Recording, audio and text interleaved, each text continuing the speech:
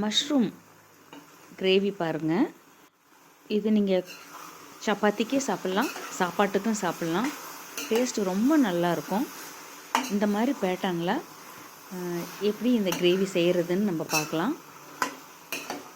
சப்பாத்தி கிரேவிக்கு ரொம்ப அல்டிமேட்டாக இருக்கும்.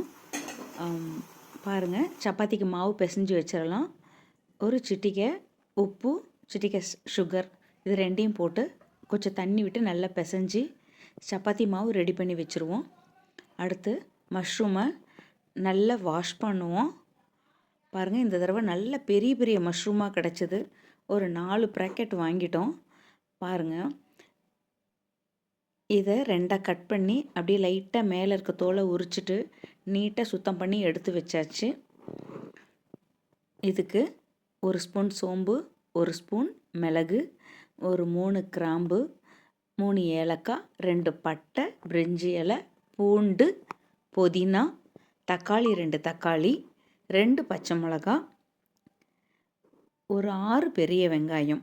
ஏன்னா குவான்டிட்டி ஜாஸ்தியாக இருக்கிறதுனால 6லேருந்து 8 பெரிய வெங்காயம் போட்டுக்கலாம். பாருங்கள், இப்போ சோம்பையும் மிளகு,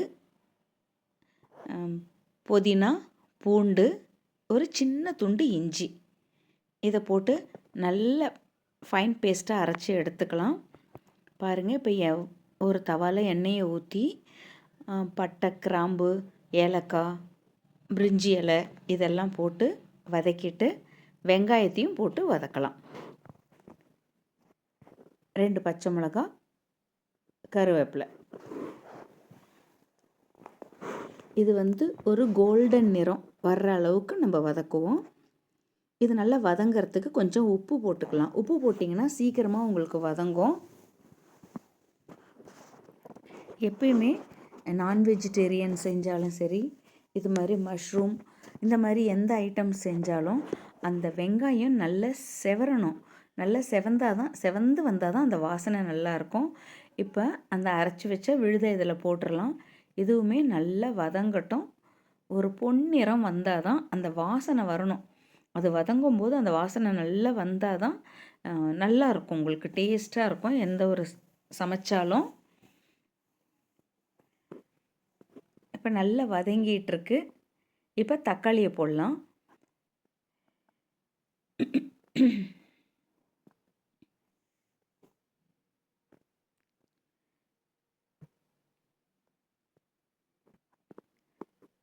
தக்காளியும் போட்டு நல்லா வதக்குவோம்.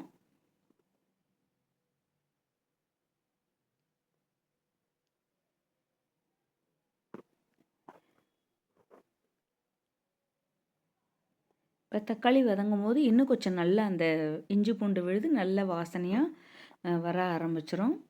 இப்போ 1 ஸ்பூன் மிளகாத்தூள், 1/2 ஸ்பூன் மஞ்சத்தூள், 1 ஸ்பூன் கரம் மசாலா போட்டுட்டு திருப்பி நல்லா வதக்கலாம். இப்போ லைட்டாக தக்காளியை இந்த ஸ்மேஷரில் லைட்டாக ப்ரெஸ் பண்ணி விட்டு நல்லா ஸ்மாஷ் பண்ணிக்கலாம்.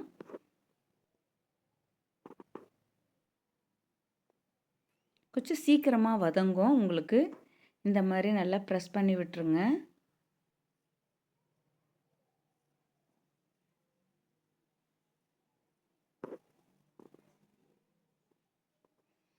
இப்போ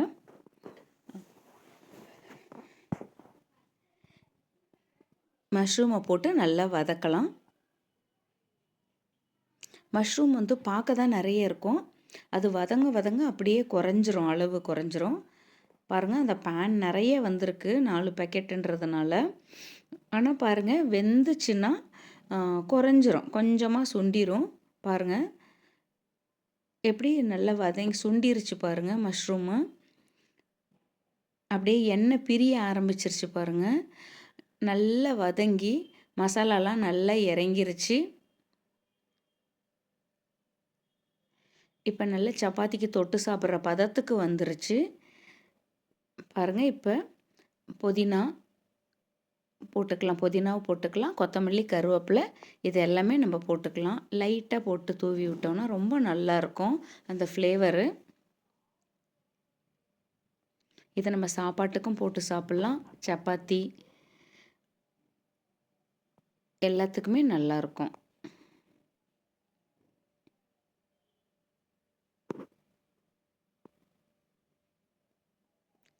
சூடாக சப்பாத்தி போட்டு இதை சர்வ் பண்ணும்பொழுது நமக்கு ரொம்ப ஒரு சுவையான மஷ்ரூம் கிரேவி சாப்பிட்றதுக்கு ரொம்ப நல்லாயிருக்கும்.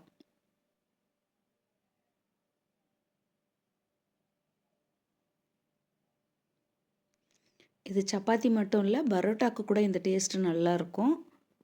நீங்களும் ட்ரை பண்ணி பாருங்கள்.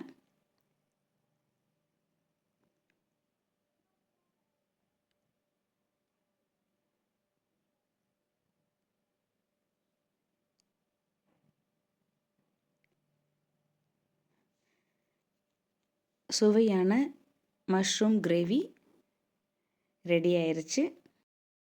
நீங்களும் இந்த மாதிரி ட்ரை பண்ணி பாருங்கள்.